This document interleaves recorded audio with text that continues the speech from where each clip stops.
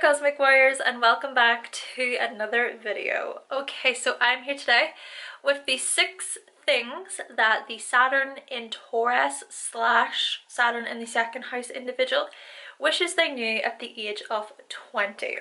Okay, so this is all to do with the Saturn return. Saturn return happens every 28 to 30 years or so. Okay, it's when Saturn returns to its natal position within your birth chart.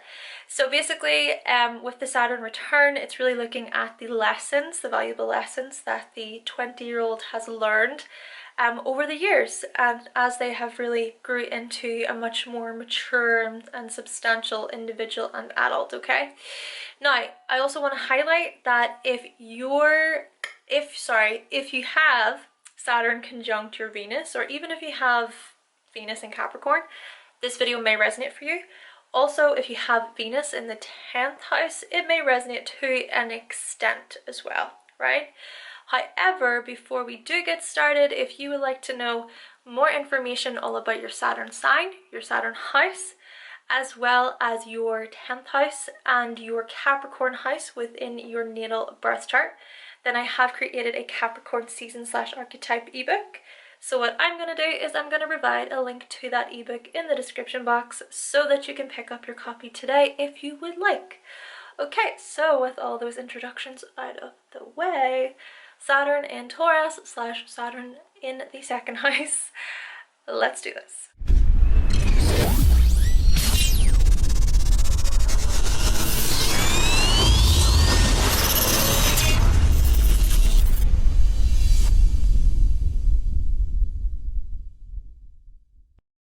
Hi, my name is Taurus. I am 30 years old, and here are 6 things that I wish I knew at 20.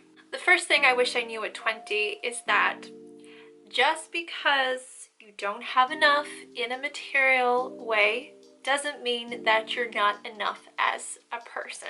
Growing up, I constantly struggled with gaining a consistent and stable income. I was in and out of many different jobs throughout my younger years, and I felt a lot of pressure to earn a solid income. My father especially used to really push on me to get a job, earn a living, and it felt like a lot of weight. And as I went to go for certain positions, I realized that things just were not working. I felt like I was always pushing for something better, something more, but yet I just kept hitting these blockages and these limitations just kept coming up in front of me. So if anything, I really had to learn to step back and not let all of that define me, because anytime that I wanted to change my job, or anytime that I struggled to stay in a particular job, I took all of that onto myself. And I got so pessimistic, and I started to criticize myself, like, why can you not hold this down? Why can't you keep this going? It was just a lot. I realized a lot of my own negativity, my own self-doubt was keeping me back. So what I wish I knew back then is that none of that defines me, you know? I realized that where I am now, being the age I am, that it is possible to earn a stable income, but not to let that completely define who I am and represent me as an individual. I learned how to establish certain things about myself that I really love, regardless of how much money I'm making, or regardless how capable I am of committing to a particular job, or how to earn an income. Even when it came to my financial providers, I knew growing up that they were a little bit insecure when it came to their finances, and they wouldn't let on. They pretended they had everything together. But I knew underneath that there was something more, and that they were struggling in a way. So perhaps for me, I took on a lot of that baggage. But now, being the age that I am, I feel a lot more lighter, and I feel a lot more content in the position that I'm in now. The second thing I wish I knew at 20 is how to accept financial situations that are not within my control. Growing up, I noticed how all of that operated within my family home between my financial providers. So my father, he was very much in the know when it came to saving, budgeting, spending within the home in terms of what products and materials that we as a family would consume and buy. And even if my mother had certain materials in mind that she really wanted to purchase, she would always converse with my father. And I noticed this kind of powerhouse between them. But whenever things went wrong, whenever mistakes were made or errors were made, I saw just how hard that was for them.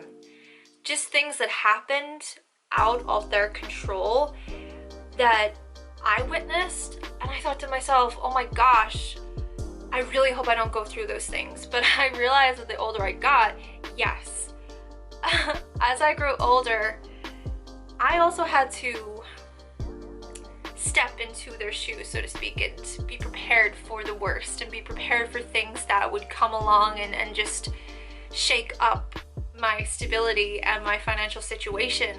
So if anything, I've really learned how to, or I wish I knew, how to accept those things. Because when I was younger, I used to just take all of that on and feel really bad about it. But what I've learned is that it's really been about me letting go a lot and accepting in things that I can't control, and if anything, really savoring, like appreciating, truly appreciating what I have now, and being mindful, I guess, of what I spend, and looking back, recognizing just how much my parents did for me. I'm pretty grateful in that way, because I have heard of other people with this placement. I've heard of those who have faced bankruptcy. I've heard of people with this placement who got themselves into major debt with credit card bills. Just, they got a credit card as soon as they were able to get one, and then they found themselves struggling financially, and then that led into them struggling to get a mortgage. I would say that I've learned a lot about gratitude. The third thing I wish I knew at 20 is, well, you might not see it now, but one day you will become badass at spending, budgeting, and saving. In fact, you're going to master these things, but at the same time, you're still learning constantly, consistently towards these things. I struggled, let's just say, with my spending habits, with my ability to budget and save. I didn't get things quite right, I suppose you could say. My parents, they were very strict, I guess, in their budgeting and saving and spending, and they really did try to teach me the importance of these things, but I did tend to rely on my parents and my elders to provide for me a little bit growing up. I tended to ask for things and push my boundaries a little bit, but then I found myself being met with resistance whenever it came to actually moving out and providing for myself. Yeah, that was a wake-up call for me, moving out, providing for myself, realizing that I had so many bills to pay. All of these living expenses were on me. Oh my gosh. It was a major wake-up call for me to realize that it's about me taking responsibility and being committed to how I save and budget and spend. I had to really learn how to assess all of my incomings and outgoings like crazy, and that was a process. It was a process, but now being the age that I am, I think I'm getting it pretty good. I've still things to learn about it. I mean, there's certain terminologies that I still don't quite understand, but hey, I am much more ahead of where I was back then. I know much more now. So now I have a savings account. I have all my different sections within my budget where I assess, right, this is the rent, this is the food, these are the clothing items, this is social life. I have it all layered out, okay? And this kind of leads on to the fourth thing that I wish I knew when I was 20, and that's to do with the fears of having all you've saved, all you've earned, all you've worked for being ripped away from you at any moment. All those fears will soon start to subside when you learn how to establish yourself. I will say that for me, underneath it all, I feel that I had a fear of abandonment and rejection. I feared that the employer that I worked for would just say, you gotta leave, Susan, bye. Your services are no longer required here. Any job that I went to, I had that fear. And maybe that did contribute to my younger years, to my own sense of value, worth. Growing up, I didn't feel capable enough within my own skin. I remember just being quite fearful of how other people would actually perceive me, and I feared that my own talents would be diminished by people who could do it better. I guess I just had a lot of insecurities that I had to work through within myself, and so what I did is I took charge of this. I took up new classes, so I went to a painting class, and that helped with my creativity, and it was something that I found a lot of pleasure in doing, and just being around artistic types of people made me feel alive. It felt really good. And even just the smallest things of decorating my home the way I want to decorate it, those things definitely reflect a lot of who I am on the inside as well. And doing my makeup as well, I've gotten in touch with many different things that have enhanced my skills and my talents, but it's done more than that. They've opened me up to new ways of viewing myself, and it's definitely helped me come out of my shell a lot. Another thing with this is, oh my gosh, there was a period of my life where I used to just hoard things. Just used to collect things and keep them and not let anybody have them. If my siblings ever touched my items, I would scream and cry and get really annoyed. And I just held on to dear life to certain items that I had. But after accepting that I'm not attached to the material world, that they don't necessarily define completely who I am. Yes, they're a reflection, an extension of myself, but they're not the be-all end-all to who I am. So I've really learned how to ease up on that a lot over the years and be a lot more giving and also receiving too, because I used to not want to receive help from people growing up either. But from learning a lot of lessons from these things, I've grew into an adult who is much more giving and receiving at the same time. The fifth thing I wish I knew at 20 is that being financially and physically stable is great, but your spiritual and emotional stability is just as important. Growing up, I was not very in touch with my own emotional world, with my inner world. I was just so focused, so concerned on the physical world, on money, materials, success, security.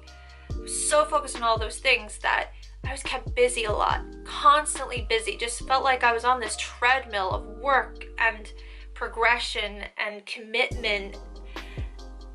And I realized I do not take time to just relax. Just to settle and be like, hey, I can chill out now, unwind. Constantly in motion, constantly pushing for the next thing, the next goal, thinking about the long term all the time, worrying about my future constantly. and it was having major impacts on me. So I've learned over the years how to take time out of my day to do things that I find pleasure in doing. Little things. Checking in with myself, taking time out of my day to reflect on myself and just be like, Susan, how are you? Are you doing okay? What do you need? Ultimately, I have learned over the years how to establish spiritual and emotional value as well. And by establishing these things, I've realized just how much they can develop me further into the long haul and actually create a much more long-term security system within myself. And the sixth and final thing I wish I knew at 20 is that you are not a burden if you ask for help financially. Okay. When it came to getting an apartment, renting, even mortgages, when it came to insurance on my car, all these different things that yes, I required financial support and assistance from banks, from people who knew what they were talking about. But as I was going to approach these people for guidance, I felt like I was just being a pain. I mean, it was what they were paid for. It's their job to help. But I just had this irking feeling like, no, you should know this. You should know what this all means and you should have the answers. I did not have the answers. I was not in the know at all.